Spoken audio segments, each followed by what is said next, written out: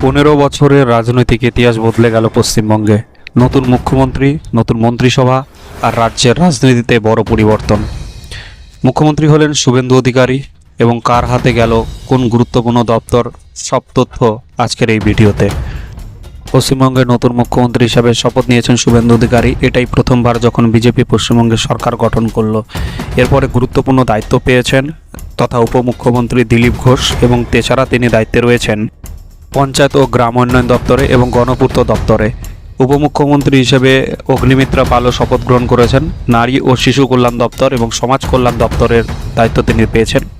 নিশীথ প্রামাণিক উত্তরবঙ্গ উন্নয়ন মন্ত্রী এবং যুব কল্যাণ ও ক্রীড়া দপ্তরে তিনি দায়িত্ব পেয়েছেন। অশোক কীর্তনিয়া শরণার্থী পুনর্বাসন ও সীমান্ত এলাকা উন্নয়নে এবং আদিবাসী উন্নয়ন এবং জঙ্গলমহল পরিকাঠামো উন্নয়নের দায়িত্ব পেয়েছেন ক্ষুদিরাম টুডু।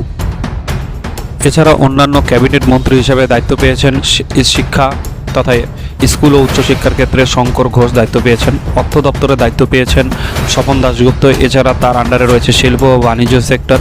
রুদ্রনীল ঘোষ তথ্য এবং সংস্কৃতি দপ্তরে তিনি দায়িত্ব পেয়েছেন। এছাড়া কিন্তু রূপা গঙ্গোপাধ্যায় গুরুত্বপূর্ণ দপ্তরে দায়িত্ব পেতে পারেন। এছাড়া অনেক মন্ত্রী রয়েছেন, 38টা মন্ত্রীর পদ এখনও খালি অবস্থায় রয়েছে, অর্থাৎ তাদের নামে সিরিয়াল রয়েছে, এখনও তারা সেই দপ্তরের জন্য কিন্তু শপথ গ্রহণ করেননি। বিধানসভার প্রথম অধিবেশনে এই সমস্ত মন্ত্রীরা গুরুত্বপূর্ণ দায়িত্বের শপথ বাক্য পাঠ করে গুরুত্বপূর্ণ দায়িত্বভার গ্রহণ করতে চলেছেন। তো পশ্চিমবঙ্গের এই